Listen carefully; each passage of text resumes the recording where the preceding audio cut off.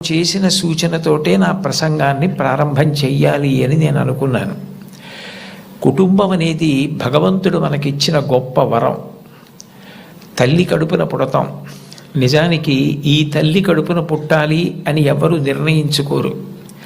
అమ్మ కడుపులో కటిక చీకట్లో తల కిందకి కాళ్ళు పైకి పెట్టి 9 నెలలు పెరిగిన తరువాత తాను విసర్జించిన మలమూత్రములలో ఉంచి పుట్టినటువంటి క్రిమికీటకములే కోమలమైన తన శరీరాన్ని కొరుకుతుంటే బాధపడలేక చిట్ట చివరికి ప్రసవమై తల్లి కడుపులోంచి బయటికి వచ్చినటువంటి శిశువు ఒక్కసారి 6 అడుగుల ఎత్తు ఉన్నటువంటి పెద్ద పెద్ద ఆకారాలు, దీపాలు, కాంతి, దానికి తోడు మాటలు ఇవన్నీ వినపడి శరీరావయవములు పనిచేయడం ఆగిపోయి మూత్రపిండాలు, గుండె మొదలైనటువంటివి కూడా ఆగిపోయే పరిస్థితి ఏర్పడితే అప్పుడు అమ్మ తొలి దైవమై ఆమె యొక్క స్తనము నుండి కోలోస్ట్రం అనబడేటటువంటి పసుపు పచ్చటి ఎరుపు రంగులో ఉన్న ముద్ద ఒక ద్రవం విడుదలవుతుంది. అది భగవంతుడు పెట్టినటువంటి ఒక గొప్ప వ్యవస్థ. ఏమీ తెలియనటువంటి పసిపిల్లవాడు అంత భయానక స్థితిలో అటువంటి ఆకారాలు, వెలుతురు చూసి భీతిల్లిపోతే లోపల ఉన్నటువంటి మలం గడ్డ కట్టేసి నల్లగా అయిపోయి, బ్లాక్ స్టూల్ అంటారట దాన్ని, నల్లగా అయిపోయి ఆ మలాన్ని విసర్జించడం చేతకాక హృదయ స్పందన కూడా ఆగిపోయే స్థితి ఏర్పడితే అప్పుడు పిల్లవాడికి గొప్ప స్వాంతన కలిగి కే మొదలైనటువంటి విటమిన్లతో కూడుకుని మళ్ళీ లోపల ఉన్న ప్రధానమైన అవయవాలన్నీ పనిచేసి గడ్డ కట్టినటువంటి మలం బయటికి వెళ్ళిపోయేటట్టుగా చేయగలిగిన శక్తి కలిగిన కోలోస్ట్రం అమ్మ యొక్క స్తనం నుంచి విడుదలవుతోంది. ఈ మాటలు నేను చెప్పట్లేదు. చాలా ప్రఖ్యాతమైనటువంటి ఒక గైనకాలజిస్ట్, ఒక డాక్టర్ గారు, రామాంజనేయులు గారని, వారు ఒక పుస్తకం రాశారు. ఆ పుస్తకం ఇంగ్లీష్లో ఉంది, మాతృదేవో భవ అని. ఆ పుస్తకంలో ఆయన వైద్యశాస్త్రాన్ని స్త్రీకి అన్వయం చేసి అసలు స్త్రీ అన్న ప్రాణి లేకపోతే ఈ సృష్టి లేదు, ఒకవేళ సృష్టి జరిగినా నిలబడే అవకాశం లేదు. తండ్రి కోట్లకు పడగలెత్తినవాడు కావచ్చు, గొప్ప అధికారి కావచ్చు, కానీ పుట్టినటువంటి పసిబిడ్డ ఆకలితో ఏడుస్తుంటే ఆ పసిబిడ్డకి పాలు పట్టగలిగినటువంటి శక్తి అమ్మకు ఒక్కదానికే ఉంటుంది. నేను ఈ బిడ్డని రక్షించుకోవాలి అన్న తాపత్రయం, ఆ తిరుగులేని ప్రేమ అమ్మకి మాత్రమే ఉంటుంది. అది కేవలం మనిషిలో కాదు. మీరు ఏ ప్రాణిని తీసుకోండి, కోడి గ్రద్దని చూస్తే హడిలిపోతుంది. అట్లాంటి కోడి తన గుడ్లని పొదిగి పిల్లల్ని చేసిన తరువాత ఆ పిల్లలు కొంచెం దూరం వెళ్ళి ఏదైనా తింటూ ఉంటే ఎక్కడ గ్రద్ద వచ్చి పిల్లల్ని తన్నుకుపోతుందో అని మెడ ఎత్తిపెట్టి ఆకాశం వంక చూస్తూ కొక్కొక్కొక్కొక్కొక్కొక్కొ అంటూ, ఒకవేళ గ్రద్ద వస్తే 2 రెక్కలు ఎత్తిపెట్టి పిల్లలన్నింటినీ రెక్కల కిందకి తెచ్చేసుకుని రెక్కలు ముడిచేసి కంఠం ఎత్తిపెట్టి ముందు నా కంఠాన్ని కోసేసి అప్పుడు నా పిల్లల్ని చెనకు అని గ్రద్దకి ఎదురు తిరుగుతుంది. ఒక కోడికి ఎవరు నేర్పారు తన పిల్లల్ని కాపాడుకోమని? స్త్రీ ప్రాణి. కోడి పుంజుకు లేదు ఈ లక్షణం, కోడి పెట్టకుంది ఈ లక్షణం, ఆడ కుక్కకుంది ఈ లక్షణం, ఆడ పందికుంది ఈ లక్షణం. స్త్రీ ప్రాణి ఎక్కడ ఉన్న లోకంలో బిడ్డల్ని కడుపులో పెంచుకోవడం, కడుపుని గర్భాలయం చేయడం, కన్న బిడ్డలకి పాలిచ్చి పెంచి పెద్ద చేయడం, అంత అవ్యాజానురాగంతో స్త్రీ చేసేటటువంటి త్యాగం లేకపోతే ఈ సమాజం లేదు. భగవంతుడి మీద తప్ప అన్యం మీద స్తోత్రం చెయ్యని శంకరాచార్యుల వారు తండ్రి మీద కూడా చెప్పల, అమ్మ మీద మాత్రం 5 శ్లోకాలు చెప్పారు. 5 శ్లోకాల్లో ఒక శ్లోకంలో అంటారు, ఆస్తాం తావదీయం ప్రసూతి సమయే దుర్వార శూలవ్యధ నైరుచ్యం తనుశోషణం మలమయీ శయ్యాచ సంవత్సరి ఏకస్యాపి నగర్భభారణ భర క్లేశస్య యస్య క్షమః దాతుం నిష్కృతి ఉన్నతోపి తనయత్తస్యై జనన్యై నమః అంటారు. 9 నెలలు కడుపు పెద్దదై వికారమును పొంది తాను వంగలేక, పని చేసుకోలేక, తిందామంటే ఆహారం సహించక ఎంతో కష్టపడి తాను మరణ సదృశమైనటువంటి వేదన పొంది అన్ని నిప్పులు పడి బిడ్డని ప్రసవించి ఆ బిడ్డకి పాలిచ్చి పెంచి పెద్ద చేసి ఏడాది పాటు చలికాలం లేదు, వర్షాకాలం లేదు, మంచంలోనే మలమూత్ర విసర్జన చేస్తే ఆ మలమూత్రములను తుడిచి కడిగి బిడ్డని రక్షించి తాను ఉపవాసాలు చేసి చిట్ట చివరికి అవసరమైతే పిల్లవాడు ఎంత పెద్దవాడైనా వాడికి ఏదైనా కించిత్ అనారోగ్యం కలిగిందంటే భయం వేసినటువంటి మనసుతో నా ఆయుర్దాయం కూడా నువ్వే పోసుకొని బ్రతుకని అనగలిగినటువంటి వ్యక్తి ప్రపంచంలో ఉంటే అది అమ్మ ఒక్కతే. అందుకే అమ్మ లాంటి ప్రాణి లోకంలో లేదు. శాస్త్రాలు కూడా మొట్టమొదటి నమస్కారం ఎవరికి చేయించాయి అంటే మాతృదేవో భవ. మాతృదేవో భవ అంటే భగవంతుడు అమ్మ రూపంలో ఉన్నాడు అని కాదు దాని అర్థం. అమ్మయే భగవంతుడై ఉన్నది. భగవతి అమ్మ, అమ్మ భగవంతుడు రెండు కాదు. ఎందుకనంటే ప్రాణం పోయేటప్పుడు కూడా ఎక్కడ కొడుక్కి ఇబ్బంది కలుగుతుందోనని కొడుక్కి ఇబ్బంది కలగకుండా వాడికి ఏ విధమైనటువంటి క్లేశము పొందకుండా తాను వెళ్ళిపోవాలని తల్లి కోరుకుంటుంది. సభలో చెప్పడం నాకు ఇష్టం లేదు, కానీ నేను ఉద్యోగం చేసిన రోజుల్లో నాతో పాటు ఉద్యోగం చేసినటువంటి ఒక వ్యక్తి తల్లి, ఆమెకి గుండె నొప్పి వస్తోందని తెలిసినా కొడుక్కి చెప్తే ఎక్కడ కొడుకు వైద్యానికి తీసుకెడతాడో, ఎక్కడ కొడుక్కి చాలా డబ్బైపోతుందో, ఆడపిల్లలు పెళ్లికి ఎదిగొచ్చారు, మగపిల్లలు చదువుకుంటున్నారని చెప్పడం మానేసి కొడుకు నిద్రపోవడానికి వెళ్ళిపోతుంటే పిలిచి ఒక్కసారి ఇలా కూర్చొని ఒళ్ళో తల పెట్టుకుంటానని, ఒళ్ళో తలపెట్టుకుని నేను నిద్రపోయిన తర్వాత నువ్వు వెళ్ళి పడుకో అని అంటే ఆవిడ ఉద్దేశ్యం ఏంటంటే ఆవిడ శాశ్వత నిద్రలోకి వెళ్ళిపోతోంది. ఆ కొడుకు ఒళ్ళో తల పెట్టుకుని పడుకుంటే కొంతసేపటికి తల్లి కదలటం లేదని వాడు కదిపి చూస్తే తల్లి శరీర త్యాగం చేసేసింది.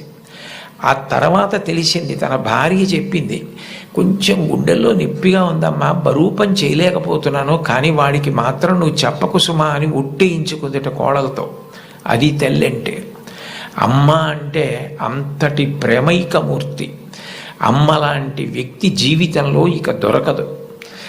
జీవితంలో అన్నిటికన్నా పెద్ద నేరం ఏమిటంటే అమ్మకి చెప్పలేము అన్న పని మనం చేయడమే. ఏ పని మనం చేస్తామో అది అమ్మకి చెప్పగలగాలి. మీరు ఏ పని చెయ్యండి, ఇది అమ్మకి నేను చెప్పలేను అన్న పని మీరు జీవితంలో ఎప్పుడూ చెయ్యకూడదు. భగవంతుడెంతో అమ్మ అంతే. మీరు మహాత్ములైన వారి ఎవరి జీవిత చరిత్ర పరిశీలించండి. అమ్మకి నమస్కారం చెయ్యకుండా, అమ్మ గొప్పతనం చెప్పకుండా లేరు.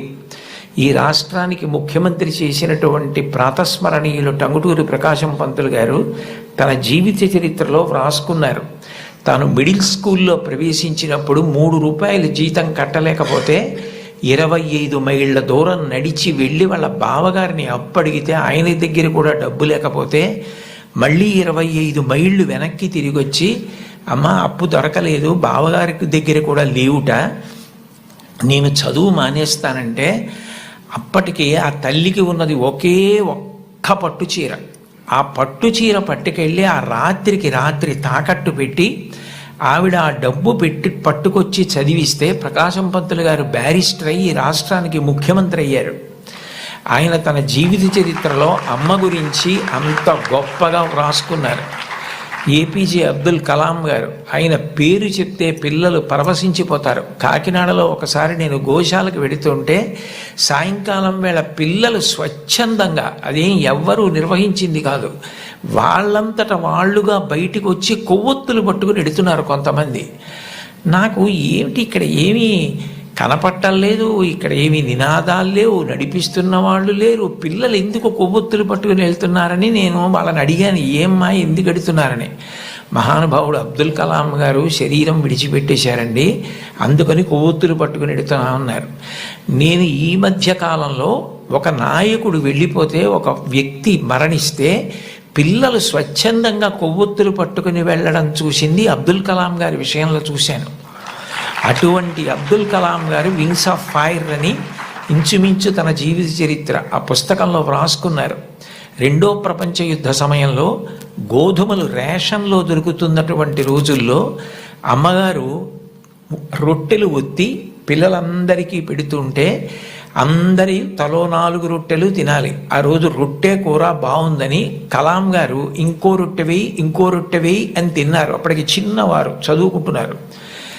ఇంకో రొట్టె వెయ్యి అని తినేస్తే అన్నగారు వచ్చి, నువ్వు రొట్టెలు ఎక్కువ తినేశావు, 2వ ప్రపంచ యుద్ధం జరుగుతోంది, రేషను గోధుమలు దొరకట్లేదు, అమ్మకి రొట్టెలు లేవు, నీకు పెట్టేసింది, అలా తినచ్చా అన్నారు. అమ్మకి తినవలసిన రొట్లు తాను తినేశానన్న న్యూనతాభావంతో కలాం గారు బలబలా ఏడుస్తుంటే తల్లిగారు వచ్చి గట్టిగా కౌగిలించుకొని, నాన్న నువ్వు తింటే నేను తిన్నట్టేరా, నాకు చాలా సంతోషంగా ఉంది అంది మా అమ్మ. అమ్మ ఒకరోజు వస్తుంది, ఆ రోజు ఈ కలాం ఈ శరీరాన్ని విడిచిపెట్టి నీకు నమస్కారం చేయడానికి వస్తాడు. On the day of the final judgement అని రాసుకున్నారు ఆయన. ఆ రోజు నువ్వు ఏ అన్నం కూడా తినడం మానేసి పెట్టి నన్ను పెంచి పెద్ద చేశావో, ఈ శరీరంతో ఈ మేధస్సుతో నేను దేశ సేవ చేసి కృతార్థుడనై ఆ అమ్మ కన్న కొడుకు అని నీకు కీర్తి తెచ్చి వచ్చి నీ పాదములకు నమస్కరిస్తానని రాసుకున్నారు. అమ్మకి అబ్దుల్ కలాం గారు ఇచ్చినటువంటి గౌరవం అంత గొప్పది. మహాత్ముల జీవితాలు ఎవరివి మీరు చదవండి. అంతవరకు ఎందుకు, మీ అందరికీ తెలిసిన్నటువంటి వ్యక్తి నోరి దత్తాత్రేయుడు గారని, ఇవాళ ప్రపంచ ప్రఖ్యాత క్యాన్సర్ స్పెషలిస్ట్, ఒకప్పుడు భారతదేశానికి రాష్ట్రపతి పదవి నిర్వహించినటువంటి వ్యక్తి, మాన్యులు శ్రీ నీలం సంజీవరెడ్డి గారికి క్యాన్సర్ వస్తే వారే ఆ వైద్యం చేసి ఆ వ్యాధి పోయేటట్టు చేశారు. ఆయన చిన్నతనంలో పడిన కష్టాల గురించి ఆయన వ్రాసిన పుస్తకం చదివితే ఆశ్చర్యం వేస్తుంది. వాళ్ళ అమ్మగారు పడ్డ కష్టం, ఎంత కష్టపడి ఆయన్ని పెంచి పెద్ద చేశారో, ఆయన విదేశాలు వెళ్ళి అంత పెద్ద క్యాన్సర్ స్పెషలిస్ట్ అయిన తర్వాత ఆయన చేసిన మొదటి పని ఏమిటంటే, మా అమ్మ ఒంటి మీద బంగారపు నలుసు లేకుండా అమ్మి మమ్మల్ని పెంచి పెద్ద చేసింది, ఆ అమ్మకి 2 బంగారు గాజులు కొంటే నా జీవితం ధన్యమని గాజులు కొనుక్కుని విదేశాల నుంచి వచ్చి అమ్మ చేతులకి తొడిగి ఆనంద బాష్పాలు కార్చారు. ఈ జాతి మొదటి లక్షణం అమ్మని గౌరవించడం. మాతృదేవో భవ. మీరందరూ పిల్లలు, మీరు నేర్చుకోవలసిన మొట్టమొదటి నియమం ఏది అంటే అమ్మని గౌరవించడం నేర్చుకోండి. అమ్మకి నమస్కారం చేయండి. మీరు పాఠశాలకి వచ్చేటప్పుడు అమ్మకి నమస్కారం చేసి రావడం మీకు అలవాటైతే, మీ అమ్మగారి కన్నా మీకు అత్యంత ప్రేమతో ఆశీర్వచనం చెయ్యగలిగిన వ్యక్తి ఈ సృష్టిలో వేరొకరుండరు. ప్రాణం పోయేటప్పుడు కూడా మీరు వృద్ధిలోకి రావాలని కోరుకునే ఏకైక వ్యక్తి ఎవరైనా ఉంటే తల్లి ఒక్కతే. అంత గొప్పది అమ్మ. బాలమురళీకృష్ణ గారి తల్లి ఆయన పుట్టిన 10 రోజుల్లో మరణించారు. ఆయన వ్రాసుకున్నారు, నన్ను కనడానికే మా అమ్మ పుట్టిందేమో అని రాసుకున్నారు. భారత ప్రధానమంత్రి నరేంద్ర మోదీ గారు ఈ మధ్యకాలంలో ఒక విదేశీ ఛానల్కి ఇచ్చిన ఇంటర్వ్యూ మీరు చూసి ఉంటారు. అసలు నేను ఆశ్చర్యపోయిన ఆయన చెప్పిన మాటలు విని. నిరుపేద కుటుంబంలో పుట్టారు. వాళ్ళ అమ్మగారు అంత కష్టించి పనిచేసేవారు, వాళ్ళ నాన్నగారు కూడా అంత కష్టపడి పనిచేసేవారు. ఆయన ఆ ఇంటర్వ్యూలో ఒక మాట అన్నారు, అసలు నాకు బూట్లు వేసుకోవడం అంటే తెలియదు, కానీ బూట్లు లేవన్న పేదరికం మా మనసుకి అందకుండా మా అమ్మ పెంచింది. అంటే ఉన్నదానిలో అంత తృప్తిగా బ్రతకడం మా అమ్మ నేర్పింది. మాకిది లేదు, మేము చేతకాని వాళ్ళం, మేము వెనకపడిపోయాం అన్న భావన కలిగితే ఉత్సాహం రాదు. అటువంటి భావన కలగకుండా ఎప్పుడూ ఉన్నదానితో తృప్తిగా పరమ సంతోషంగా గడిపాం. అన్నదమ్ములు, అక్క చెల్లెళ్ళు అందరం కలిసి అని ఆయన ఇంటర్వ్యూ చేస్తున్న వ్యక్తి వంక తిరిగి, ఇప్పుడు మన ఇద్దరం కూర్చున్న గది కన్నా కిటికీ లేని ఒకే తలుపు ఉన్న చిన్న గదిలో కలిసి మెలిసి బతికి పడుకుని పెరిగి పెద్దవాడినైన వాడిని చెప్పుకున్నారు. అటువంటి మహోత్కృష్టమైన వ్యక్తులు కూడా తల్లికి తండ్రికి అంత గౌరవం ఇచ్చారు. సందర్భం కాబట్టి ప్రస్తావిస్తున్నాను. మన గౌరవ ముఖ్యమంత్రి నారా చంద్రబాబు నాయుడు గారు స్వయంగా ఒక వ్యాసం రాశారు. తల్లికి జేజే, తండ్రికి జేజే, గురువుకు జేజే అని ఒక పుస్తకం ఉంది. ఆ పుస్తకంలో బహుశా నాకు జ్ఞాపకం ఉంటే 3వ వ్యాసం అనుకుంటాను. ఆ వ్యాసంలో ఆయన ఒక విషయం ప్రస్తావన చేశారు. వాళ్ళ అమ్మగారి పేరు అమ్మన్నమ్మ గారు. ఆవిడ చిన్నతనంలో చంద్రబాబు నాయుడు గారిని పిలిచి ఒక కథ చెప్పారట. ఒరేయ్ నాన్న, మనిషి కష్టపడాలి. ఎందుకు కష్టపడాలో తెలుసా? ఒకరింట్లో ఒక పంది, ఒక నక్క రెండు ఉండేవి.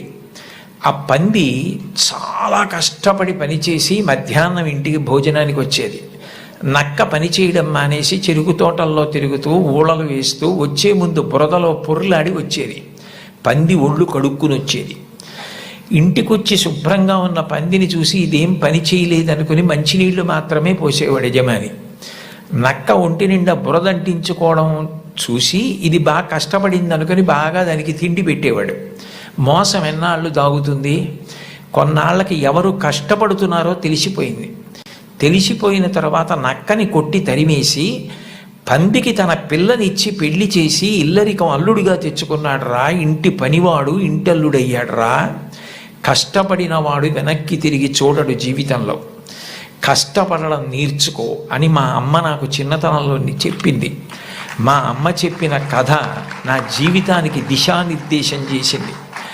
ఆనాటికి ఈనాటికి ఏనాటికి నాకే కాదు మా ఊరంతటికి అదే భగవద్గీత.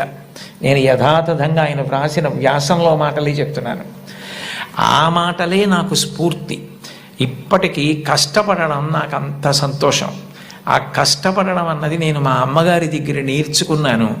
ఆ కష్టపడే ఇవాళ ఈ స్థితికి వచ్చాను. నేను ముఖ్యమంత్రినైనా మా అమ్మగారు మాత్రం మా ఇంట్లో గట్టిగా 3 రోజులు ఉండడానికి ఇష్టపడేది కాదు. మళ్ళీ వెళ్ళిపోయి ఆ నారావారి పల్లెలో తెల్లవారి 5 గంటలకి లేచి గొడ్డు గోద పొలము పనులు అవి చేసుకోవడం, ఆ కష్టపడ్డము ఆవిడికి ఎంత సంతోషము అని అమ్మగారి ప్రేరణతో తాను ఎంత వృద్ధిలోకి వచ్చారో వ్రాసుకున్నారు. నేను ఏదో 4-5 విషయాలు మాత్రమే ప్రస్తావించాను. లోకంలో తల్లిని మించిన దైవం లేదు. మీరు జీవితంలో ఎప్పుడైనా అమ్మ నువ్వేం చేశావని అడిగితే, మీరు అమ్మకి చెప్పలేని స్థితి కలిగితే, మీరు చేసిన పని మీ అమ్మగారికి మీరు చెప్పలేకపోతే అంతకన్నా ఆత్మద్రోహం ఇంకొకటి లేదు. మీరు ఏది చేసినా మీ అమ్మగారికి చెప్పగలగాలి. ఇది నేను మా అమ్మకి చెప్పలేను అన్న పని చెయ్యకండి. మీరు ఒకవేళ తప్పు చేసినా మిమ్మల్ని క్షమించడానికి సిద్ధంగా ఉండే మొదటి వ్యక్తి ఈ ప్రపంచంలో ఎవరైనా ఉంటే అమ్మే. అమ్మకి చెప్పకుండా ఉండకండి. అమ్మ ఒకవేళ మిమ్మల్ని దెబ్బలాడి ఇక పైన ఇట్లా చెయ్యకు అంటే ఇక మళ్ళీ ఆ తప్పు చెయ్యకండి. మీరు పిల్లలు కాబట్టి ఒకసారి చెయ్యొచ్చు ఎప్పుడైనా, కానీ పొరపాటు జరిగిన మీ అమ్మగారికి చెప్పండి, వద్దంటే మాత్రం చేయకండి. బహుశా కుటుంబం దగ్గరే నైతిక విలువలు మొదలవుతాయి. కుటుంబ విలువల గురించి ప్రస్తావన చెయ్యండి అని చెప్పి తన అనుభవంతో ఆయన నాకు సూచన చేయడానికి కారణం అదే అయి ఉంటుంది. తల్లి ఎంత గొప్పదో తండ్రి అంత గొప్పవాడు. తండ్రిని జీవితాంతం దైవంతో సమానంగా చూడాలి. పితృదేవోభవ, భగవంతుడే తండ్రి రూపంలో ఉన్నాడు. వేదంలో యజుర్వేదంలో అష్టమానువాకంలో రుద్రాధ్యాయంలో అంటారు, నమ శంకరాయచ మయస్కరాయచ నమ శివాయచ శివతరాయచ అని. మన కంటికి కనపడని భగవంతుడు తండ్రి రూపంలో ఇంట్లో తిరుగుతున్నాడు. ఎప్పుడు బిడ్డ వృద్ధిలోకి రావాలని అహరహం కోరుకునేవాడు ఎవరైనా ఉంటే తండ్రి. తను ఎంత కష్టపడనివ్వండి, ఆయన బెంగ పెట్టుకోడు. కానీ ఆయన కోరుకునేది ఒకటే, పుత్రాదిచ్చేత్ పరాజయం. తను ఎంత కీర్తి సంపాదించినా తనకన్నా కూడా కీర్తివంతుడు కొడుకై, ఈయన కన్నా ఈయన కొడుకు గొప్పవాడండి అనిపించుకొని కొడుకు చేతిలో ఓడిపోతాట తండ్రి ఆనందపడిపోతాట. అంటే తండ్రికి ఈ కొడుకు పట్ల ఎంత ప్రేమ ఉంటుందో చూడండి. ఈ సందర్భం వచ్చింది కాబట్టి మీకు ఒక విషయం మనవి చేస్తాను. నేను ఒకప్పుడు విశాఖపట్నంలో ధర్మసోపానాల మీద ప్రసంగాలు చేస్తున్నాను. ఆ రోజుల్లో విశాఖపట్నంలో ఉన్న పాఠశాలల్లో ఉన్న విద్యార్థులకి మా నాన్నగారు అన్న విషయం మీద మాట్లాడమని వ్యాసరచన పోటీ నిర్వహించారు. వ్యాసరచన పోటీ నిర్వహిస్తే కొన్ని 100 మంది పిల్లలు పాల్గొన్నారు. అందులో 10 పేపర్లు చిట్ట చివర సెలెక్ట్ చేసి నాకు పంపించారు. ఇందులో ఫస్ట్, సెకండ్, థర్డ్ ప్రైజులు నిర్ణయించమని. నేను పేర్లు చూస్తే ఒకవేళ నాకు ఏదైనా పక్షపాతం కలుగుతుందేమో, సుశీల అని కనపడింది అనుకోండి, తెల్లవారుజామునే మా అమ్మ గుర్తొచ్చి ఒక మార్క్ ఎక్కువ వేస్తానేమో అని నేను పేర్లు చూడకుండా పేపర్లు దిద్ది మార్కులు వేసేసి తర్వాత పేర్లు చూశాను. చూస్తే నేను ఫస్ట్ ప్రైజ్ ఇచ్చినటువంటి వ్యక్తి ఒక మహమ్మదీయ బాలిక. నేనేం మార్చలేదు సుమండి, అట్లాగే ఇచ్చేసాం. అప్పుడు ఆ బహుమతులు ఇస్తున్న సభకి అప్పుడు తిరుమల తిరుపతి దేవస్థానాలకి కార్యనిర్వహణాధికారి మాన్యులు శ్రీ ఎల్వి సుబ్రహ్మణ్యం గారు, ఆయన ముఖ్య అతిథిగా వచ్చారు. ఆయన ప్రైజ్ ఇస్తూ ఈ పిల్ల ఏం రాసింది మైక్లో చదివి వినిపించమనండి అన్నారు. అంటే ఆ పాప పేపర్ చదివింది. అందులో ఆమె ఏం రాసిందంటే, వాళ్ళ అమ్మగారు టీచరు, వాళ్ళ నాన్నగారు కూడా ఏదో ఉద్యోగం, ఆయనకి బ్లడ్ క్యాన్సర్ వచ్చింది, చూసుకోలేదు, ముదిరిపోయింది, 3 నెలల్లో చనిపోతారని చెప్పారు. ఆయన తన భార్య దగ్గరికి వెళ్ళి అడిగింది ఏంటంటే, ఈ 3 నెలలు నేను చనిపోతానన్న విషయం పిల్లలకి చెప్పద్దు, వాళ్ళు ఏడిస్తే నేను చూడలేను, నేను చనిపోయాక వాళ్ళు ఎటు ఏడుస్తారు, అప్పుడు నేను ఆపలేను, నేను బ్రతికుండగా వాళ్ళు ఏడవడం నేను చూడలేను, కాబట్టి నేను చనిపోతాను 3 నెలల్లో అన్న విషయాన్ని మాత్రం నా పిల్లలకి చెప్పద్దని రాత్రింబవళ్ళు హక్కున చేర్చుకొని మా భవిష్యత్తు కోసం ఇంకా కష్టపడి అంత జాగ్రత్తగా వ్యవస్థ చేసి 3 నెలల తర్వాత ఆయన మరణిస్తారని తెలిసి చిట్ట చివరి కాలంలో 3 దగ్గర పెట్టుకుని చెప్పకుండా అంత ప్రేమ చూపించి కన్నుల నీరు కారుస్తూ 3 వంక గుడ్లు తిప్పుతూ ప్రాణం వదిలేశారు ఆయన. తండ్రి అంటే అది, అంతటి త్యాగశీలి మా నాన్న. ఇది నాకు తెలిసున్న తండ్రి, ఇంతకన్నా తండ్రి గురించి చెప్పడం నాకు రాదని రాసింది ఆ అమ్మాయి. ఆ అమ్మాయికి ఫస్ట్ ప్రైజ్ ఇచ్చాం. తండ్రి అంటే అంత గొప్పవాడు, మీకోసం ఏ త్యాగం చేయడానికైనా సిద్ధంగా ఉంటాడు. అబ్రహాం లింకన్ గారు అమెరికాకి అధ్యక్షుడైన తర్వాత మొట్టమొదటిసారి సినేట్లో సభ ఏర్పాటు చేసి పారిశ్రామికవేత్తల్ని ధనవంతుల్ని అందరినీ పిలిచి దేశాభివృద్ధి కొరకు వారు విరివిగా పెట్టుబడులు పెట్టవలసిన అవసరం గురించి ప్రసంగం చేస్తున్నారు. లోకంలో ఎప్పుడూ అసూయ, పక్షపాతం, సంకుచితత్వం ఇవి కూడా ఉంటాయి, వెలుగుతో పాటే చీకటి. అందులో ఒక ధనవంతుడికి అసూయ కలిగింది. ఇంత పేదవాడు ఈయన అమెరికా అధ్యక్షుడవడం ఏమిటని అకస్మాత్తుగా సభలో లేచి నిలబడి, లింకన్ అదృష్టం కలిసి వచ్చి ఇవాళ అమెరికా అధ్యక్షుడు అయ్యావు, నేను వేసుకున్న ఈ బూటు మీ నాన్నగారు కుట్టింది అని బూటు చూపించాడు.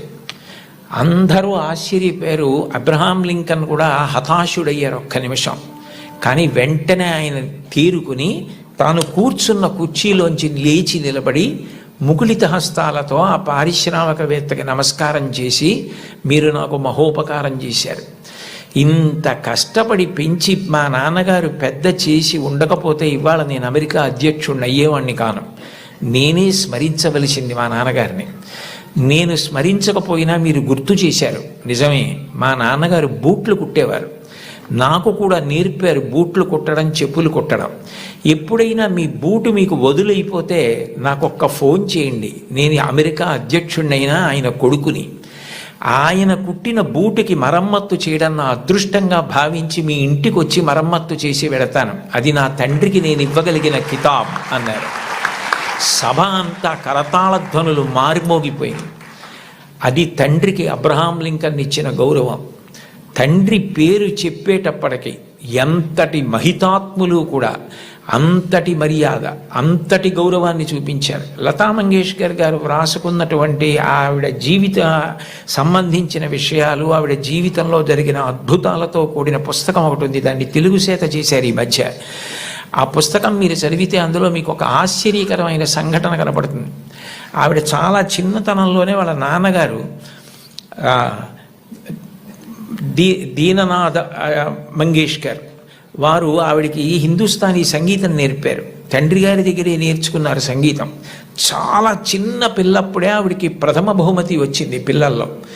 దిల్ రుబా అని సంగీత పరికరాన్ని ఆవిడికి ఆ రోజుల్లో బహుమానంగా ఇచ్చారు. ఆవిడ ఎంతో అపూర్వంగా తెచ్చి పిల్లకి మొట్టమొదట వచ్చిన బహుమానం కాబట్టి ఇంట్లో పెట్టుకుని దాన్ని అత్యంత విలువగా చూస్తూ ఉండేవారు. ఒక రోజున ఇంట్లో ఎలక ప్రవేశించి బట్టలు అవి కొట్టేస్తోంది. ఆ ఎలక ఒక చోట నిలబడి కనపడింది. వాళ్ళ నాన్నగారు ఆ ఎలకని చంపుదామని చేతికి ఆ దిల్ రుబా అన్న వాద్య పరికరం దొరికితే అది తీసి ఎలకని కొట్టారు. ఆ ఎలక్కి దెబ్బ తగిలింది, పడిపోయింది. కానీ ఈ దిల్ రుబా అన్న సంగీత పరికరం విరిగిపోయింది.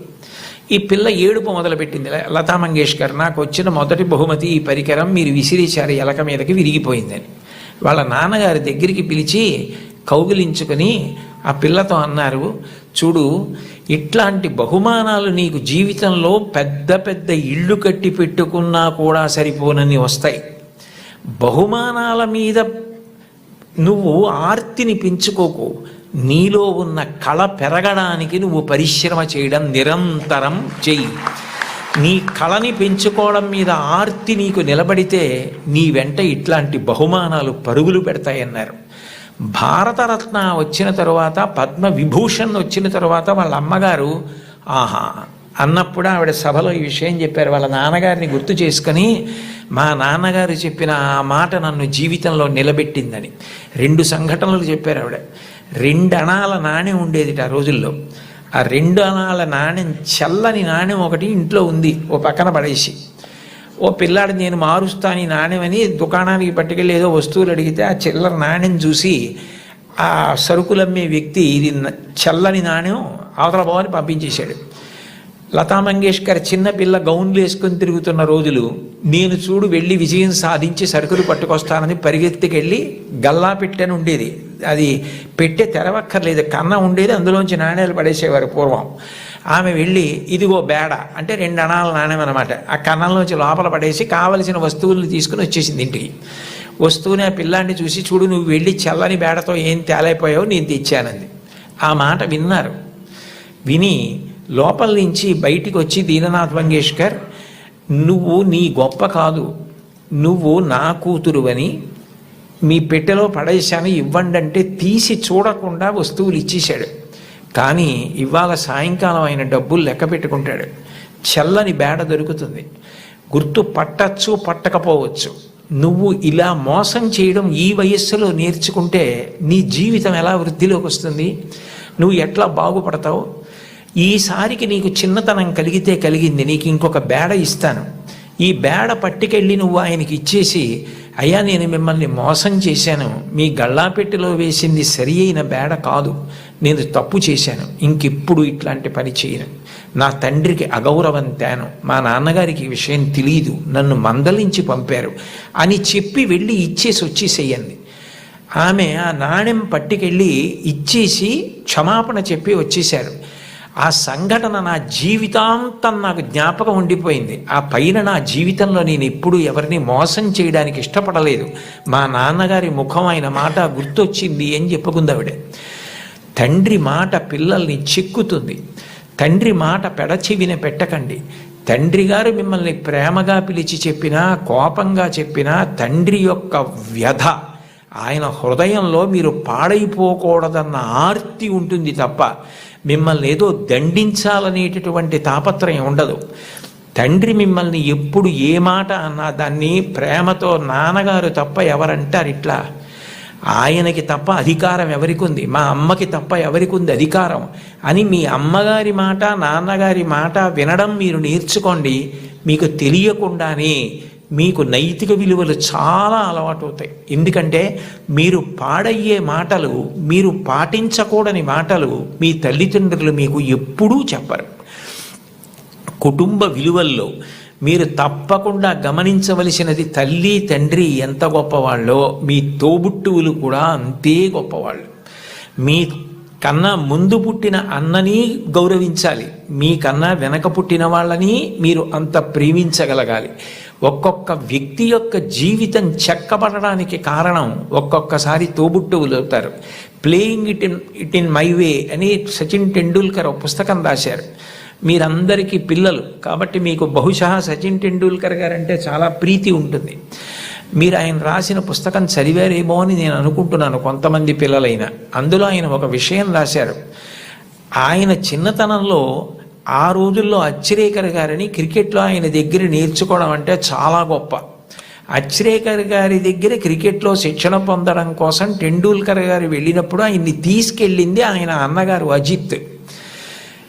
అచ్రేకర్ టెండూల్కర్ని నిలబెట్టి కొన్ని బాల్స్ బౌలింగ్ చేయించి ఏది ఆడు అన్నారు. అస్సలు సరిగా ఆడలేకపోయారు టెండూల్కర్.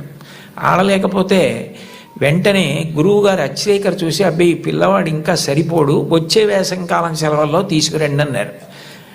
అన్నగారు అజిత్ పరిగెత్తుకుంటూ అచ్రేకర్ దగ్గరికి వెళ్ళి, కాదు కాదు, మా వాడి వ్యక్తిత్వంలో ఒక బలహీనత ఉంది, వాడు చాలా మొహమాటస్తుడు, సిగ్గు, భయం, బిడియం. మీరు చూస్తున్నారన్న బిడియంతో ఆడలేకపోయాడు. మీరు సరే నువ్వు కాసేపు ఆడుతుండు నాకు పనుంది అని దయచేసి మీరు కొంచెం దూరంగా వెళ్ళిపోయి మా వాడి ఆట తీరు పరిశీలించండి, అప్పుడు మీకు నచ్చకపోతే మా వాడిని తీసుకోవద్దన్నారు. ఏమిటో ఈ పిల్లాడు ఇంత ఆర్తిగా చెప్తున్నాడు తమ్ముడు గురించి చూద్దామని అచ్రేకర్ గారు సరే అట్లాగే చేస్తానని, టెండూల్కర్ నువ్వు ఆడుతుండు నాకు చిన్న పనుంది మళ్ళీ వస్తానని దూరంగా వెళ్ళిపోయి చూశారు. అద్భుతమైన స్ట్రైట్ డ్రైవ్స్ కొడుతున్నాడు టెండూల్కర్ గారు.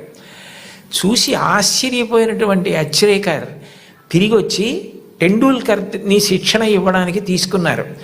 అచ్రేకర్ చెప్పినటువంటి పాఠాలు, బంతిని ఎలా ఆడాలన్న దాని విషయంలో గురువు నేర్పినటువంటి మాట ఎంత పని చేసిందంటే టెండూల్కర్ మీద అలసట అన్నది లేదు. ఆఖరికి బంతేసేవాడు లేకపోతే మేజోడు సాక్లో క్రికెట్ బాల్ కట్టి తాడు కట్టి గడప మధ్యలో కట్టుకుని అటు ఇటు వెళ్లకుండా స్ట్రైట్ డ్రైవ్స్ కొట్టడం ప్రాక్టీస్ చేశారు వాళ్ళ మేనత్ ఇంట్లో.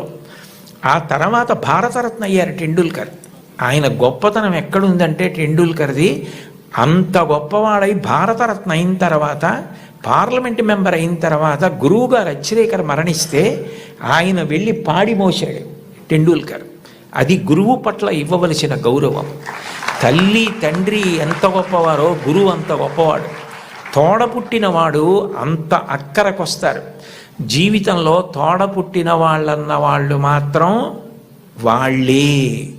ఎక్కడికి వెళ్ళినా స్నేహితులు దొరకచ్చు, ఎక్కడికి వెళ్ళినా బంధువులు ఉండొచ్చు. దేశే దేశే కళత్రాణి దేశే దేశే చ బాంధవాహ తంతు దేశం నపశ్యామి ఎత్ర భ్రాత సహోదర అంటాడు రామాయణంలో రాముడు. ఎక్కడికి వెళ్ళినా బంధువులు స్నేహితులు దొరకచ్చు, కానీ తోడపుట్టిన వాళ్ళన్న వాళ్ళు మాత్రం ఆ జన్మకి వాళ్ళే. వాళ్ళని ప్రేమించడం, వాళ్ళతో దెబ్బలాడకపోవడం, వాళ్ళతో ప్రేమ భావనతో ఉండడం, వాళ్ళతో గౌరవంగా ఉండడం. చెల్లిని తమ్ముణ్ణి మార్గదర్శనం చేసి సచిన్ టెండూల్కర్కి అజిత్ చేసినట్టు చక్కగా వృద్ధిలోకి రావడం తెలుసుకోండి. అంతవరకు ఎందుకు అంటే ఒక్కొక్క విషయం తీసుకునేటప్పటికీ నాకు ఏవేవో జ్ఞాపకానికి వచ్చేస్తుంటాయి.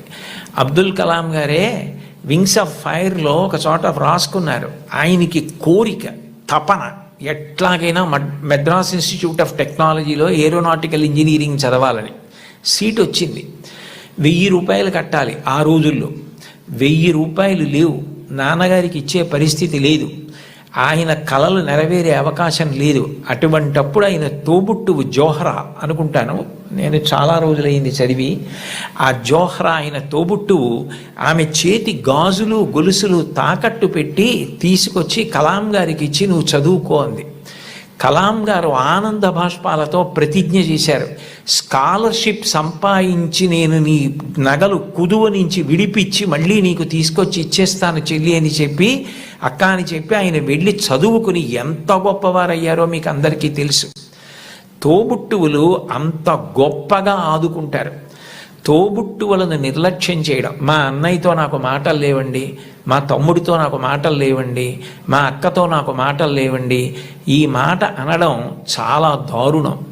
నీ తోడబుట్టిన వాడితోటే నువ్వు సర్దుకోవడం చేత కాని వాడివి సమాజంలో ఎవరితో సర్దుకుంటావు, ఎవరితో శాశ్వతంగా స్నేహాన్ని నెరపగలుగుతావు, నిన్నెవరు నమ్ముతారు? ఎంతమంది వచ్చినా నీ తోబుట్టువులు నీ ఇంటికి రాకపోతే ఏమిటో ఆయన ఊరందరికీ చెప్తారు కానండి, వాళ్ళ తమ్ముడే వాళ్ళ ఇంటికి రాడు, వాళ్ళ అన్నయ్యే వాళ్ళ ఇంటికి రాడు అంటారు. విలితి ప్రసంగం అవుతుంది. తోబుట్టువులతో సఖ్యత ఎప్పుడూ పాటించాలి. ఘర్షణ అన్నది ఉంటుంది. ఒక్కొక్కటి మనకిష్టమైంది తమ్ముడికి ఇష్టం లేకపోవచ్చు, ఏది ఇష్టం లేదో దాన్ని పరిహరించండి. ప్రేమగా ఉండడం, ప్రేమ పంచడం, అందరితో కలిసిమెలిసి ఉండడం బాగా నేర్చుకోండి. కుటుంబంలో మీరు ఏది నేర్చుకున్నారో అదే ముందుకొచ్చి పెద్దదవుతుంది సమాజంలో. కుటుంబంలో పెద్దవాళ్ళు తల్లిదండ్రులు ఉంటారు, సమానులు ఉంటారు, కింద చెల్లెళ్ళు ఉంటారు, తమ్ముళ్ళు ఉంటారు. మీరు దాన్నే పెంచితే, ఆ గది గోడలు పెంచితే అదే సమాజం. మీరు సమాజంలోకి వచ్చారనుకోండి, మీకన్నా బాగా చదువుకునే వాళ్ళు ఉంటారు. మీకన్నా బాగా చదువుకునే వాళ్ళని చూసి మీరు అసూయ పడకూడదు. వీళ్ళు ఎంత కష్టపడితే నాకన్నా ఇన్ని మార్కులు సంపాదించగలిగారు, కాబట్టి నేను కూడా కష్టపడతాను, కష్టపడి వీళ్లతో సమాన స్థాయిని పొందుతానని వాళ్ళని గౌరవించడం నేర్చుకోండి. మీతో సమానంగా మార్కులు వచ్చేవాళ్ళు ఉంటారు, నాతో సమానుడు అనకండి. అఫీషియల్ లాంగ్వేజ్లో మై ఈక్వలెంట్ కౌంటర్ పార్ట్ అంటుంటారు. అలా ఉదాసీన భావం పొందకండి. నాతో సమానుడు అంటే నేను ఎంత కష్టపడితే నాకు ఈ మార్కులు వచ్చాయి, అతను కూడా అంత కష్టపడితే కదా వచ్చాయి, కాబట్టి ఇతన్ని నేను గౌరవించాలని ప్రేమించండి. మీకన్నా తక్కువ వాళ్ళు ఎప్పుడన్నా కనపడ్డారనుకోండి, సమాజంలో మనకన్నా కింద ఉన్నవాడు, మనకన్నా పైన ఉన్నవాడు, మనకన్నా సమానుడు కనపడకుండా ఉండడు. ఈ ముగ్గురు కనపడి తీరుతారు మీకు. మీకన్నా చిన్నవాడు కనపడితే మీరు పరిహసించడం, వెటకారం ఆడడం, వాళ్ళని తక్కువ చేసి చూడడం నేర్చుకుంటే అంతకన్నా మానవత్వానికి చేటు ఇంకొకటి లేదు. మనకన్నా ఎవరైనా తక్కువలో కనపడితే వాళ్ళు వృద్ధిలోకి రావాలని మనస్ఫూర్తిగా భగవంతుణ్ణి ప్రార్థించాలి. వాళ్ళు గౌరవింపబడాలి అని కోరుకోవాలి. అంతేకాని తక్కువ చేసి చూడడం అన్నది జీవితంలో ఎప్పుడూ నేర్చుకోకూడదు. నీ తమ్ముడైతే నీ తమ్ముడికి ఒక్క మార్కు తక్కువ వస్తే వాడికి రావాలని ఎలా కోరుకుంటావో, నీ కుటుంబం గదులు ఆ గోడలు పోతే అది పెద్దదైతే అది సమాజం అవుతుంది. నువ్వు ఇంట్లో ఏం నేర్చుకున్నావో అదే రేపు సమాజంలో నువ్వు అమలు చేయగలుగుతావు. నీ ఇంట నీ తల్లిదండ్రుల్ని గౌరవించడం చేత కాకపోతే నీ గురువుని గౌరవించలేవు, నువ్వు ఎవ్వరినీ గౌరవించలేవు, ఎవ్వరిని గారిని సంబోధించలేవు. ఎంతటి మహాత్ముడు కానివ్వండి, ఆయన్ని ఏకవచన ప్రయోగం చేసి వాడు వీడు అని మాట్లాడడం అలవాటవుతుంది. మన ఎదురుగుండా ఉన్నారా లేరా అని కాదు, పెద్దల గురించి మాట్లాడేటప్పుడు గౌరవంగా సంబోధించి మాట్లాడడం, పెద్దల పట్ల మాట్లాడేటప్పుడు మనం అనవసరంగా విమర్శించడం మర్యాద కాదు. వారి పట్ల మనం కృతజ్ఞతతో మర్యాదగా ఉండడం నేర్చుకోవాలన్నది మీరు చిన్నతనంలో తరగతి గదిలో అభ్యాసం చేసినది ఏదుందో రేపు పౌరులైన తర్వాత సమాజంలో మీరు అదే చెయ్యడం కొనసాగింపుగా చేస్తారు. అందుకని మీరు తరగతి గదిని కేవలం పాఠాలు చదువుకోవడానికి మాత్రమే పనికొచ్చేటటువంటి వ్యవస్థగా చూడకండి. సర్వే వేదవిదశూరా, సర్వే లోకహితే రతా, సర్వే జ్ఞానోపసంపన్నా, సర్వే సముదితా గుణై. ఒక్కటి జ్ఞాపకం పెట్టుకోండి, ఏమీ చదువుకోనటువంటి వ్యక్తి చేసినటువంటి నేరం పట్టుకోవడం చాలా తేలిక. ఆరితేరిన గజదొంగ కూడా కంటి చూపు తగ్గితే దొరికిపోతాడు. ఎప్పుడో అప్పుడు దొంగతనాలు చేసే వ్యక్తి దొరుకుతాడు.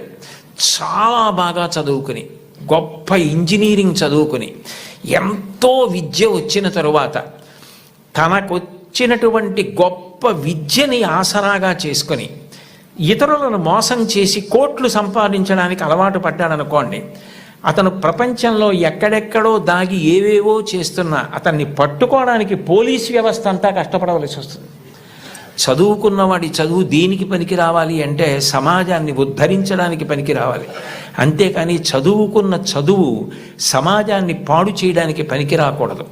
మీరు ఒక కలెక్టర్ అయితే మీరు కలెక్టర్గా గుర్తుండిపోయేటట్టుగా జిల్లాని పరిపాలించగలగాలి. ఒక్కొక్క కలెక్టర్ అలా జ్ఞాపకం ఉండిపోతారు. సందర్భం వచ్చింది కాబట్టి నేను చెప్తున్నాను. కార్తికేయ మిశ్రా గారని మా జిల్లాకి కలెక్టర్గా వచ్చారు. డొక్కా సీతమ్మ గారి విగ్రహం పెడుతూ ఆయన డొక్కా సీతమ్మ గారి గురించి నేను ప్రసంగాలు చేశానని మా ఇంటికి వచ్చారు. మా ఇంటికి వచ్చి ఆయన వచ్చినప్పుడే నేను మంచినీళ్ళు బయట నుంచి కొని తెచ్చుకుంటుంటే ఆయన చూశారు. ఏం గురువుగారు మీకు మంచినీళ్ళు లేవా అని అడిగారు. అడిగితే నేను అన్నాను, అయ్యా మాకు ఇక్కడ మంచినీళ్ళు లేవండి, ఉప్పు నీళ్ళు వస్తాయి, అందుకని మంచినీళ్ళు కొనుక్కుంటూ ఉంటామన్నాను. మీకేనా ఈ ప్రాంతం అంతానా అన్నారు. ఈ ప్రాంతం అంతా మంచినీళ్ళు లేవండి అన్నాను.